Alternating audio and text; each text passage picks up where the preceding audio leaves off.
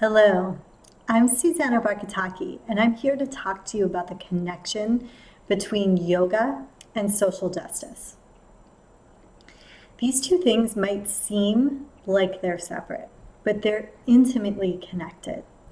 And I came to this understanding through my own life experience. And this is what I write about and share about in the book, Embrace Yoga's Roots, Courageous Ways to Deepen Your Yoga Practice.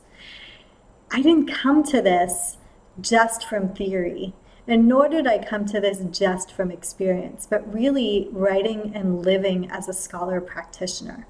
And I want to break that down a little bit. So in my personal life, I grew up as a mixed person. I'm half Indian and half British. And I was born in England. And where I was born, there was a lot of violence against mixed race families and against Indian and Pakistani families.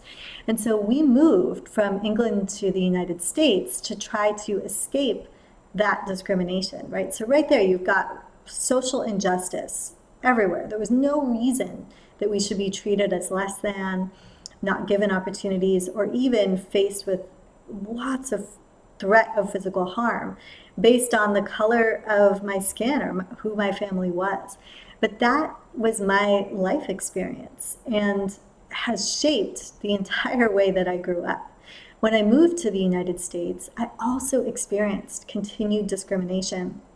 I had people tell me to go home, to go back where I came from, and worse, and had to fight, physically fight, to overcome that discrimination on a daily level as a young person. So all of this shaped who I was. And not only did it impact me on the outside, but it went inside. And I believed I was less than. I believed I was inferior. All of this on a micro level, on my life experience, mirrors what happened on a macro level with the subordination, the control of Indians by the British under colonization. There has to be a story that says one group is inferior so the other group can justify their domination of that group, both to themselves and so the group who's being dominated believes it and doesn't try to fight. And so that same story is what we in the West have been unfortunately shared, is this watered down version of what yoga is. Yoga is just physical. Well, that's actually a complete appropriation of what yoga is. Yoga is a complex system of ethics. It asks questions like, what's the best way to live? What is right? What is the ideal way to be human? And all of these questions form a full, sophisticated, and complex moral philosophy and practical application for how to live one's life. But as part of that oversimplification of, Indians aren't worthy or can't create a complex moral system, most of the literature and the understanding of what yoga is and yogic thought has been simplified to just the physical practice. So we've missed out a lot.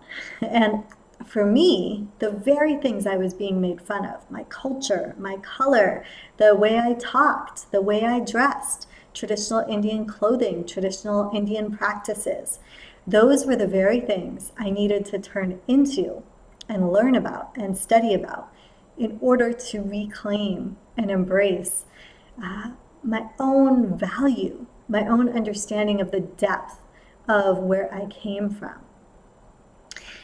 And so that's why we have a connection of yoga and social justice. I experienced that connection on a personal level. I needed to turn into the tradition to refine and claim a sense of connection to myself, because yoga really is that practice that brings liberation, that brings unity. And it's that very same project that yoga as a philosophy offers all of us, offers you, a potential for understanding all the ways we're not at choice or we're not in a place of power with the actions or the thoughts or the things that we're doing, and a way to become more empowered in our lives. But it doesn't stop there, right? The foundation of yoga philosophy actually is an ethical foundation of the yamas, principles that enable us to practice ahimsa, Himsa is harm, not, that enable us to not harm, to speak the truth and also hear other people's truths, to practice non-stealing and respect the boundaries and the energy of others. And so, and finally, to take what is enough for us, but not take so much that others lack.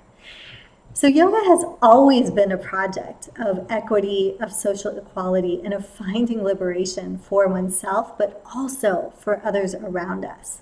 And so it's this understanding and the process and the journey of finding a personal power and a personal liberation connected with social liberation that I want to share with you in Embrace Yoga's Roots, and that I'm interested in as a project for where we're all taking modern yoga and yoga in the West, as a path of embracing the full expanse of what this incredible tree of yoga has to offer us.